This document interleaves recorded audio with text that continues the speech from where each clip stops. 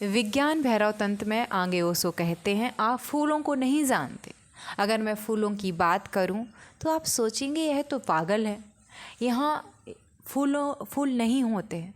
अगर मैं सुबह के सूरज की बात करूं तो आप सोचेंगे ये तो दूरदर्शी हैं, इन्हें सपने और कल्पनाएं दिखाई देती हैं, ये तो कवि हैं। अगर मैं खुले आसमान की बात करूं तो आप हंसेंगे, आप हंसते हंसते कहेंगे खुला आसमान कहाँ है, यहाँ तो चारों तरफ दीवारें ही दीवारें हैं।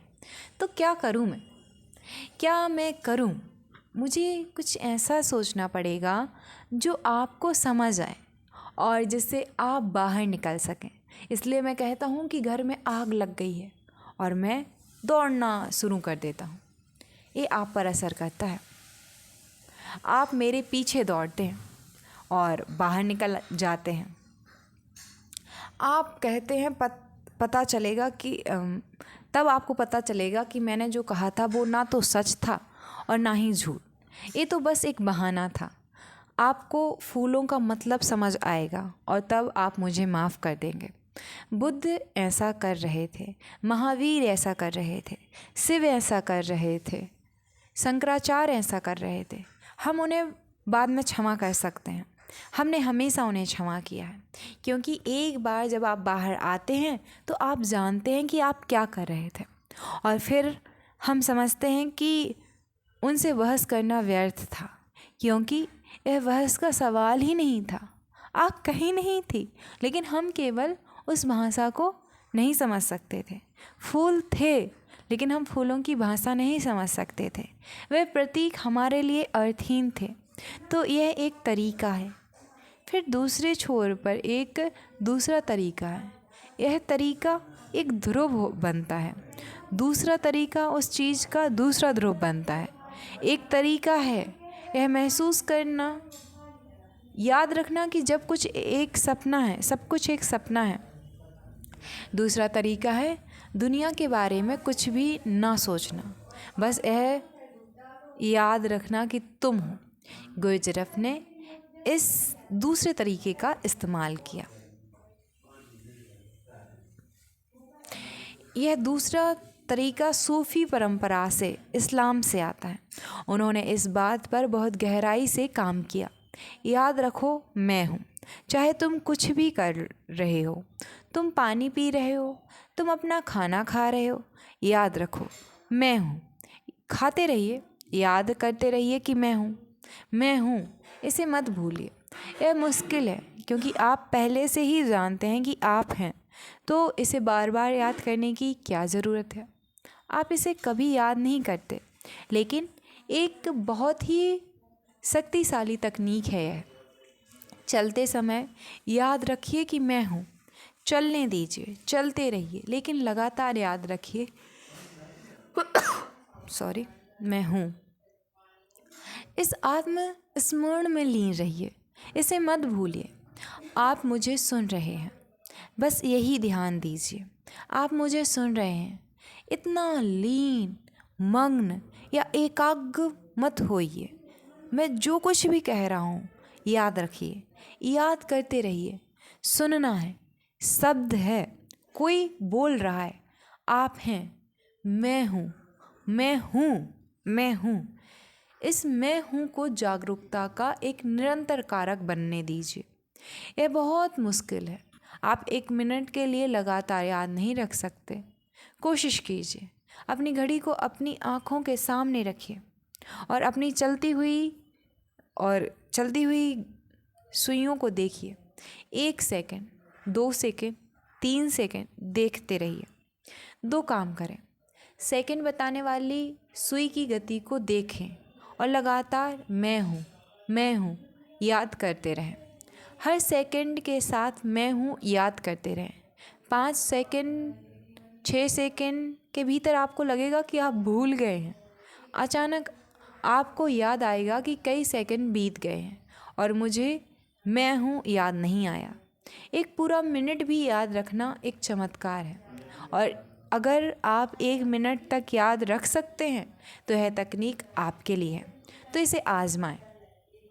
इसके माध्यम से आप सपनों से परे जा सकेंगे और यह जान सकेंगे कि सपने सिर्फ सपने होते हैं, यह कैसे काम करता है?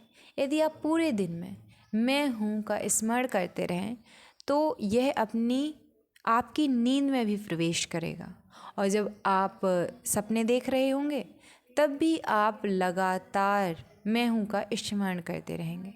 यदि आप सपने में भी मैं हूँ का स्मरण करते हैं तो अचानक सपना मात्र एक सपना बन जाता है। तब सपना आपको धोखा नहीं दे सकता। तब सपने को वास्तविकता के रूप में अनुभव नहीं किया जा सकता। यही प्रक्रिया है। सपना वास्तविकता के रूप में इसलिए महसूस होता है क्योंकि आप स्वयं का स्मरण नहीं कर रहे हैं। आप मैं हूँ का स्मरण नहीं कर रहे हैं।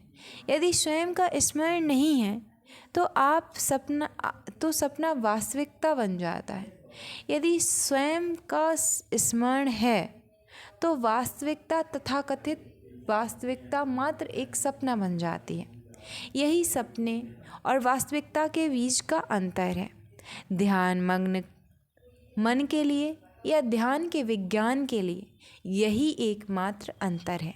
यदि आप हैं तो पूरी वास्तविकता मात्र एक सपना है। यदि आप नहीं हैं तो सपना वास्तविकता बन जाता है। नागार्जुन कहते हैं, अब मैं हूँ क्योंकि संसार नहीं है।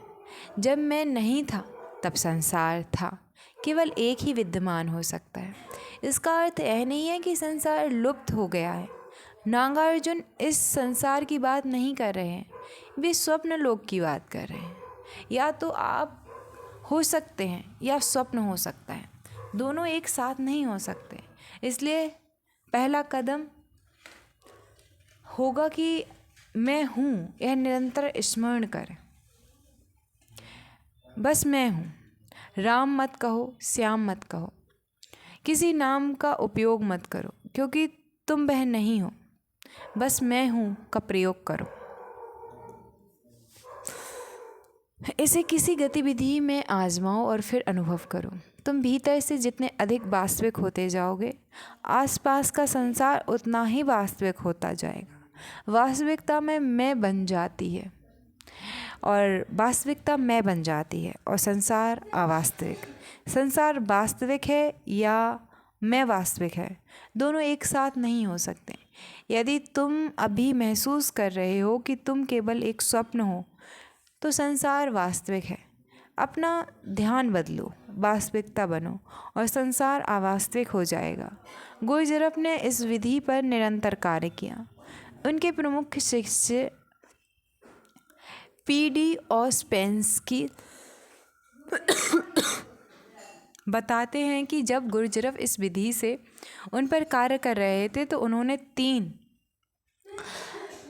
3 महीने तक लगातार मैं हूँ का स्मरण किया। तो 3 महीने बाद सब कुछ रुक गया। विचार, सपने, सब कुछ। भीतर केवल एक ही स्वर शाश्वत संगीत के रूप में गूंज रहा था, मैं हूँ, मैं हूँ, मैं हूँ, मैं हूँ। लेकिन यह कोई प्रयास नहीं था, यह एक सहज क्रिया थी जो निरंतर चल रही थी। मैं हूँ। तभी गुरजरफ ने ओस्पेंकी को घर से बाहर बुलाया। 3 महीने से उन्हें घर में ही रखा गया था और बाहर जाने की अनुमति नहीं थी। तब गुरजरफ ने कहा, मेरे साथ आओ। वे रूस के एक कस्बे तिफलिस में रह रहे थे। गुरजरफ ने उन्हें आवाज़ दी और वे सड़क पर चले गए। ओस्पेंस्की अपने डायरी में लिखते हैं, पहली बार मुझे समझ आया कि यीशु का क्या मतलब था जब उन्होंने कहा था कि मनुष्य सो रहा है। पूरे शहर मुझे ऐसा लग रहा था मानो सो रहा है। लोग नींद में चल रहे थे, दुकानदार नींद में सामान बेच रहे थे, ग्राहक नींद में खरीद रहे थे। पूरा शहर सो रहा था। मैंने गुरजरफ को देखा, केवल वही जाग रहे थे। पूरा शहर सो रहा था। वे क्रोधित थे, वे लड़ रहे थे, वे प्यार कर रहे थे, खरीद फरोख्त कर रहे थे, वे सब कुछ कर रहे थे।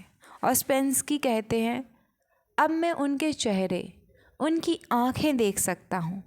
वे सो रहे थे, वे वहाँ नहीं थे। उनका आंतरिक केंद्र गायब था, वह वहाँ नहीं था। ओस्पेंस्की ने गुरजरफ से कहा, वे अब यहाँ नहीं हैं। वे वहाँ नहीं जाना चाहते। वह वहाँ नहीं जाना चाहता। शहर को क्या हो गया है? हर कोई सोया हुआ है, नशे में लग रहा है। गुजरफ ने कहा, शहर में कुछ नहीं हुआ, शहर में कुछ नहीं बदला। बदलाव आप में आया है। आप नशे से मुक्त हो गए हैं। शहर वैसा ही है। यह वही जगह है जहाँ आप 3 महीने पहले घूमते थे, लेकिन आप यह नहीं देख पा रहे थे कि दूसरे लोग सो रहे थे, क्योंकि आप भी सो रहे थे। अब आप देख सकते हैं क्योंकि आप में एक विशेष प्रकार की जागरूकता आ गई है। 3 महीने तक लगातार मैं हूँ का अभ्यास करने में आप में थोड़ी जागरूकता आ गई है। आप जागरूक हो गए हैं। आपकी चेतना का एक हिस्सा स्वप्न से परे चला गया है। इसलिए आप देख सकते हैं कि हर कोई सो रहा है, मृत है, चल रहा है, नशे में, मानो सम्मोहित हो। और स्पेंसकी कहते हैं, मैं इस घटना को सहन नहीं कर सका। हर कोई सोया हुआ है। वे जो कुछ भी कह रहे हैं उसके लिए वे जिम्मेदार नहीं हैं। वे नहीं हैं। वे कैसे जिम्मेदार हो सकते हैं? वे वापस आए और उन्होंने गुजरफ से पूछा, यह क्या है? क्या मुझे किसी तरह धोखा दिया गया है? क्या आपने मुझ पर कुछ ऐसा किया है कि पूरा शहर सोया हुआ प्रतीत हो रहा है? मुझे अपनी आंखों पर विश्वास नहीं हो रहा है। लेकिन ऐसा किसी के साथ भी हो सकता है। यदि आप स्वयं को याद रख सकते हैं तो आप जान जाएंगे कि कोई भी स्वयं को याद नहीं रख रहा है, और इस प्रकार प्रत्येक व्यक्ति गतिमान रहता है। सारा संसार सो रहा है, लेकिन जागते हुए ही शुरुआत करें। जिस भी क्षण आपको याद आए, मैं हूँ, कहना शुरू करो। मेरा मतलब यह नहीं है कि आपको मैं हूँ शब्द दोहराना, बल्कि इस भावना को महसूस करें।